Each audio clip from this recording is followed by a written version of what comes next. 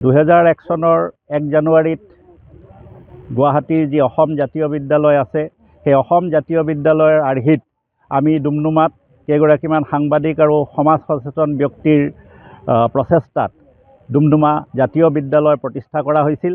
এই ডুমডুমা জাতীয় বিদ্যালয়ে ইয়াৰ গৌৰৱোজ্জ্বল 25টা বৰ্ষ ইতিমধ্যে সম্পূৰ্ণ কৰিছে।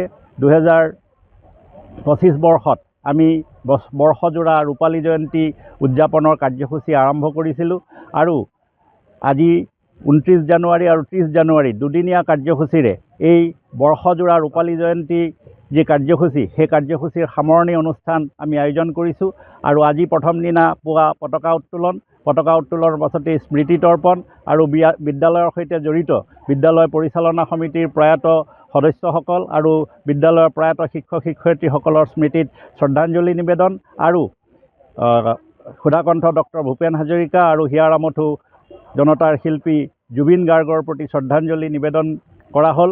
ইয়াৰ পাছতেই আজি আমাৰ এই বিদ্যালয়ৰ নপুৰণি ছাত্ৰ ছাত্ৰীসকলৰ এখন সন্মিলন অনুষ্ঠিত হ'ব। কালিলৈ অৰ্থাৎ 30 জানুৱাৰী পুৱা এক বাৰেৰহণীয়া সাংস্কৃতিক শোভাযাত্ৰা উলিওৱা হ'ব আৰু সাংস্কৃতিক শোভাযাত্ৰাৰ পাছতেই মুকলি সভা অনুষ্ঠিত হ'ব আৰু মুকলি সভাত ডিব্ৰুগড়ৰ হনুমান বক্স সুৰজমল কানৈ মহাবিদ্যালয়ৰ স্বায়ত্তশাসিত মহাবিদ্যালয়ৰ অধ্যক্ষ ডক্টৰ শশীকান্ত শইকীয়াই মুখ্য অতিথি হিচাপে অংশগ্ৰহণ কৰিব আৰু কেইবাগৰাকীও বিশিষ্ট ব্যক্তিয়ে ইয়াত অংশগ্ৰহণ কৰিব আৰু এই উপলক্ষে যিখন স্মৃতিগ্ৰন্থ প্ৰকাশ পাব সেই স্মৃতিগ্ৰন্থখন উন্মোচন কৰিব ডুমডুমা মহাবিদ্যালয়ৰ অধ্যক্ষ ডক্টৰ কমলেশ্বৰ কলিতা ডাঙৰীয়াই। আমি সকলোকে এই দুয়োটা দিনৰ কাৰ্যসূচীত সহযোগ কৰিবৰ বাবে আহ্বান জনাইছোঁ আৰু কাইলৈ বিয়লি ভাগলৈ এটি গীত মাতৰ অনুষ্ঠানো অনুষ্ঠিত হ'ব।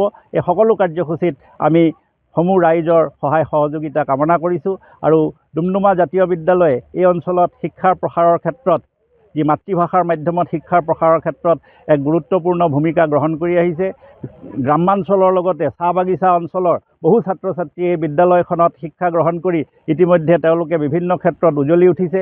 আমি আজিৰ যি নপুৰণি ছাত্ৰ ছাত্ৰীৰ সন্মিলন হ'ব, এই সন্মিলনৰ জৰিয়তে আমি আমাৰ বিদ্যালয়ৰ যিসকল ছাত্ৰ ছাত্ৰীয়ে সমাজৰ বিভিন্ন ক্ষেত্ৰত উজ্বলি উঠিবলৈ সক্ষম হৈছে তেওঁলোকৰ এক সোণালী মুহূৰ্ত ইয়াত জানিব পাৰিম বুলি আমি আশা ৰাখিছোঁ আৰু এই ৰূপালী জয়ন্তী বৰ্ষত আমি পৰিচালনা সমিতিৰ তৰফৰ পৰা বিদ্যালয়ৰ সৈতে জড়িত সকলোলৈকে আন্তৰিক অভিনন্দন জ্ঞাপন কৰিছোঁ।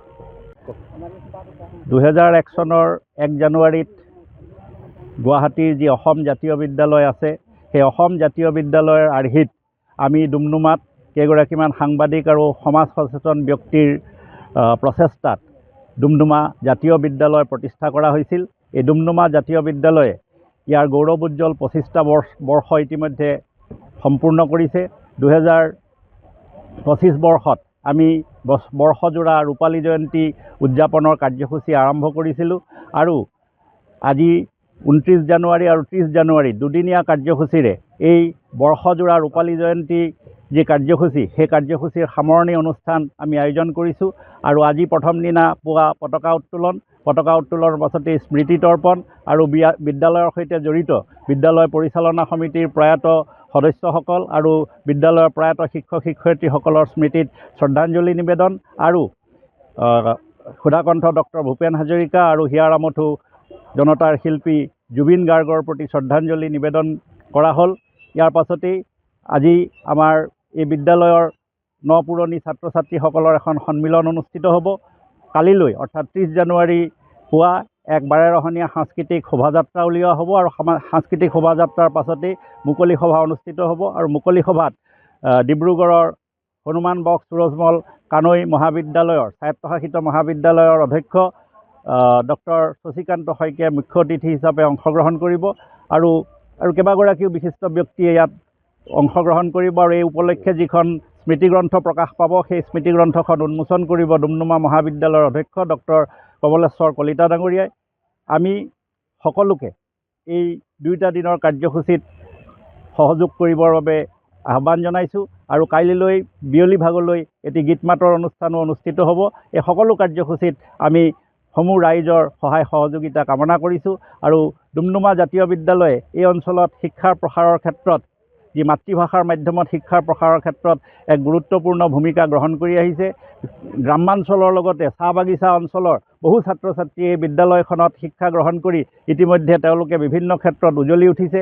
আমি আজিৰ যি নপুৰণি ছাত্ৰ ছাত্ৰীৰ সন্মিলন হ'ব, এই সন্মিলনৰ জৰিয়তে আমি আমাৰ বিদ্যালয়ৰ যিসকল ছাত্ৰ ছাত্ৰীয়ে সমাজৰ বিভিন্ন ক্ষেত্ৰত উজ্বলি উঠিবলৈ সক্ষম হৈছে তেওঁলোকৰ এক সোণালী মুহূৰ্ত ইয়াত জানিব পাৰিম বুলি আমি আশা ৰাখিছোঁ। আৰু এই ৰূপালী জয়ন্তী বৰ্ষত আমি পৰিচালনা সমিতিৰ তৰফৰ পৰা বিদ্যালয়ৰ সৈতে জড়িত সকলোলৈকে আন্তৰিক অভিনন্দন জ্ঞাপন কৰিছোঁ।